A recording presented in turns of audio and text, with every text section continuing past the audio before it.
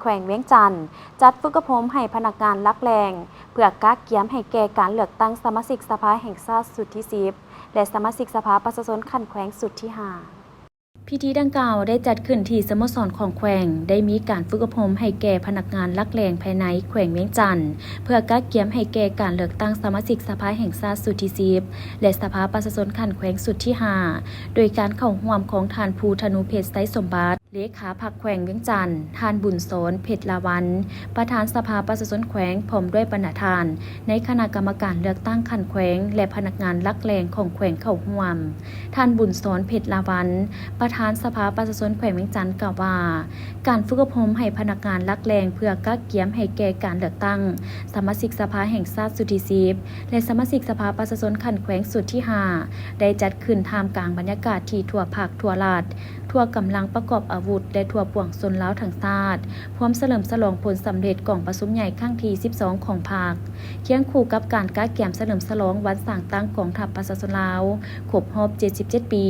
และการกักเกียมความพร้อมรอบด้านให้แก่การเลือกตั้งสมาชิกสภาแห่งชาติสุดที่10และสมาชิกสภาประชาชนขั้นแขวงสุดที่5ที่จะมีขึ้นในท้ายเดือนกุมภาพันธ์2026นี้โดยปฏิบัติตามกฎหมายว่าด้วยการเลือกตั้งสมาชิกสภาแห่งชาติและสมาชิกสภาประชาชนขั้นแขวงมติกรมการเมืองศูนย์กลางภาคว่าด้วยการเพิ่มทวีการนำผาซี่น้ำขององค์คณะพรรคทุกขั้น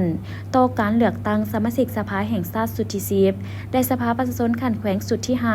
แผนดำเนินของคณะกรรมการเลือกตั้งขั้นแขวงสนั่นในการฝึกอบรมครั้งนี้จะได้เสื่อมซึมและรับฟังการเผยแพร่เอกสารสำคัญโดยเฉพาะเสื่อมซึมและผันขยายมติของกรมการเมืองศูนย์กลางภาคฉบับว่าด้วยการเพิ่มทวีการนำพาซี่น้ำขององค์คณะพรรคทุกขั้นต่อการเลือกตั้งสมาชิกสภาแห่งชาติสุดที่10และสภาประชาชนขั้นแขวงสุดที่5เพิ่มทวีการนำพาแนวคิดเสริมขยายสิทธิประชาธิปไตย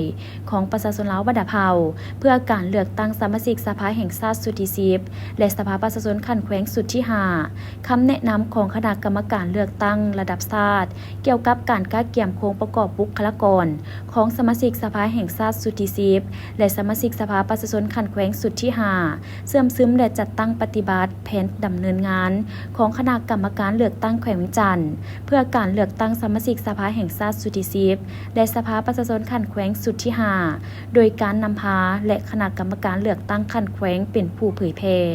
ท่านภูธนูเพชรไสสมบัติกล่าวว่าการฝึกอบรมครั้งนี้มีความสำคัญหลายและเพื่อเฮ็ดให้บรรดาเอกสารดังกล่าวได้รับการจัดตั้งผันขยายแนะนำเผยแพร่ให้แท้ถึงตัวจริงและดำเนินการเลือกตั้งให้ถูกต้องตามกฎหมายมีความเป็นเอกภาพในการจัดตั้งปฏิบัติในทั่วแขวงเป็นการศึกษาอบรมการเมืองแนวคิดและปลุกระดมการเสริมขยายจิตใจหักชาติเสริมขยายสิทธิประชาธิปไตยในการเลือกตั้งยกสูงสติชาติมีความเป็นเอกภาพและความสามัคคีปองดองชาติมีสติระวังตัวเป็นเจ้าการตอบต้านกลอุบายของพวกอิทธิกำลังปรปักษ์ที่หวังมั่งเพทำลายระบบใหม่ของพวกเขาและรับประกันให้การกักเกียมและดำเนินการเลือกตั้งสมาชิกสภาแห่งชาติสุดที่10และสมาชิกสภาประชาชนขั้นแขวงสุดที่5มีผลสำเร็จคือผู้มีสิทธิ์ไปปอนบัตรเลือกตั้งครบถ้วน100%นำพาผู้มีสิทธิ์ให้ฮู้ใช้สิทธิ์เลือกตั้งถูกต้องตามระเบียบการเลือกตั้ง100%นำพาเวียกงานป้องกันชาติป้องกันความสงบให้มีความสงบปลอดภัย100%นำพาเวียกงานปอนบัตรเลือกตั้งให้รับประกันความโปร่งใสและสำเร็จตามกำหนดเวลา100%